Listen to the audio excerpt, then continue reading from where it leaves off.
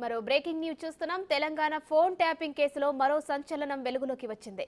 Tapping కి కారెవరు అనర్హమన్నట్టు గత ప్రభుత్వ పెద్దలు ఎవరిని వదిలిపెట్టలేదు. జస్టిస్ శరత్ కాజా, అతని భార్య మాధవి గోగినేని ఫోన్లు కూడా ట్యాప్ అయ్యాయి. ఫోన్ ట్యాపింగ్ కేసు వివరాలపై హైదరాబాద్ పోలీస్ కమిషనర్ శ్రీనివాసరెడ్డి తెలంగాణ హైకోర్టుకు ఇచ్చిన కౌంటర్ అఫిడవిట్లో ఈ విషయాలను తెలిపారు.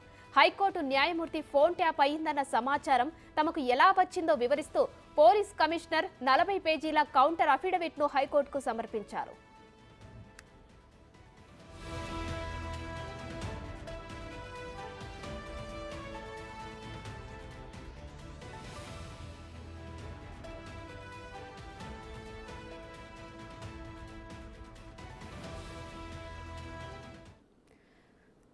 రైట్, ఇదే అంశానికి సంబంధించి మరిన్ని డీటెయిల్స్ మా ప్రతినిధి రానా అందిస్తారు. రానా, ఫోన్ ట్యాపింగ్ కేసులో తవ్వే కొద్దీ సంచలన విషయాలు బయటికి వస్తున్నాయి.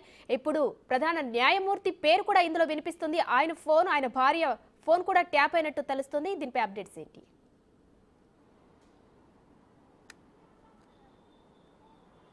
సో ఇన్ని రోజులు కేవలం ఊహాగానాలే అనుకున్నాము. జడ్జిల సంబంధించినటువంటి ఫోన్ను ట్యాప్ చేసే అవకాశం లేదనేసి కూడా చాలామంది అనుకున్నారు. కాకపోతే నిన్న ఏదైతే హైకోర్టుకి సమర్పించినటువంటి అఫిడవిట్లో చాలా క్లియర్గా ఏ జడ్జి, ఆ జడ్జికి సంబంధించినటువంటి కుటుంబ సభ్యులు ఎవరైతే ఉన్నారో వాళ్ళ ఫోన్లు ఏ విధంగా వాళ్ళు ట్యాప్ చేశారు అనేది కూడా చాలా క్లియర్ కట్గా నిన్న పోలీసులు అఫిడవిట్ని హైకోర్టులో సమర్పించినటువంటి నేపథ్యం ఏర్పడుతుంది. వారిలో ఎవరెవరు ఫోన్లు ట్యాప్ అయ్యాయనేది కూడా కొన్ని పేర్లు కూడా వారు చెప్పినటువంటి పరిస్థితి ఏర్పడుతుంది. వారిలో ముఖ్యంగా జడ్జి అయినటువంటి శరత్ కాజా, ఆయనను దాంతోపాటు ఆయన సతీమణిని కూడా ఫోన్లు ట్యాప్ చేసినట్టుగా నిన్న అఫిడవిట్లో వారు పొందుపరిచినటువంటి నేపథ్యం ఏర్పడుతుంది. దాంతోపాటు మరికొంతమంది కీలకమైన వ్యక్తుల యొక్క ఫోన్ నెంబర్లు కూడా వారు ట్యాప్ చేసినట్టుగా తెలుస్తుంది. వారితో పాటు వారు గన్మ్యాన్లు, అలాగే వారితో చదువుగా పనిచేసినటువంటి వారందరి పైన కూడా నిఘా పెట్టారనేసి కూడా నిన్న అఫిడవిట్లో దాదాపు 40 పేజీలకు సంబంధించినటువంటి దాంట్లో చాలా క్లియర్ కట్గా కూడా వారు పొందుపరిచినటువంటి నేపథ్యం అయితే ఏర్పడుతుంది. మచ్చుకు నేను కొన్ని పేర్లు చదువుతాను. ముఖ్యంగా గత ప్రభుత్వంలో ఇప్పుడున్నటువంటి ముఖ్యమంత్రి రేవంత్ రెడ్డి టార్గెట్గానే వారందరూ కూడా పనిచేసినట్టుగా తెలిసింది. వారిద్దరు సోదరులు ఎవరైతున్నారో యనుమల కొండలరెడ్డి కానీ యనుమల తిరుపతి రెడ్డి కానీ వీళ్ళిద్దరినీ కూడా అన్ని కోణాల్లో కూడా వారు వాళ్ళకు సంబంధించినటువంటి సహాయకులని కానీ అలాగే వారి యొక్క క్లోజ్ రిలేటివ్స్ కానీ అందరికీ కూడా నిఘా పెట్టడమే కాకుండా వీళ్ళ ఫోన్లు ఎక్కువగా రికార్డ్ చేసినట్టుగా పోలీసులు చాలా స్పష్టం చేసినటువంటి నేపథ్యం కాబట్టి దాంతోపాటు ఇప్పుడు ప్రస్తుతం ముఖ్యమంత్రి ఎక్కడికి వెళ్తున్నాడు, ఏంటి, ఎవరితో మాట్లాడుతున్నారు అన్న దానిపై కూడా ఆయన ఫోన్లు కూడా పూర్తి స్థాయిలో కూడా ట్యాప్ చేసినట్టుగా అఫిడవిట్లో పొందుపరిచినటువంటి నేపథ్యం పడుతుంది.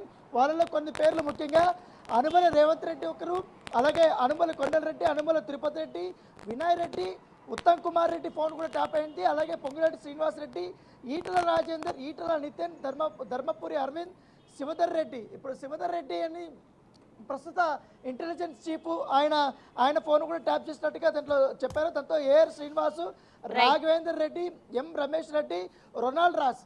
ఈ రొనాల్డ్ రాస్ అనేది కూడా చాలా కీలకమైనటువంటి చెప్పొచ్చు. ఎందుకంటే గతంలో జిహెచ్ఎంసీ కమిషనర్గా పనిచేసినటువంటి రొనాల్డ్ రాస్ ఆయన ఫోన్ని ఎందుకు ట్యాప్ చేస్తారనేది కూడా ఇప్పటివరకు ఒక స్పష్టత రానటువంటి పరిస్థితికి ఏర్పడుతుంది. దాంతోపాటు ఎంఎం ఇన్ఫ్రా వీరమల్లి సత్యము, అలాగే మెగా శ్రీనివాస్ రెడ్డి, మైనపల్లి రోహిత్, పిడి కృష్ణకిషోరు వీళ్ళందరి ఫోన్లు కూడా ట్యాప్ చేసినట్టుగా పోలీసులు స్పష్టం చేసినటువంటి నేపథ్యం ఏర్పడుతుంది. దాంతోపాటు గాలి అనిల్ కుమారు, సురేందర్ రెడ్డి, కె రఘువీర్ రెడ్డి, శ్రీనివాస్ రెడ్డి, వేరెడ్డి, స్వప్నిక, మేరెడ్డి, అలాగే ఈటల రాజేంద్ర వీళ్ళందరి ఫోన్లు కూడా ట్యాప్ చేసినట్టుగా అఫిడవిట్లో స్పష్టం చేసినట్టు పరిస్థితి కనపడుతుంది.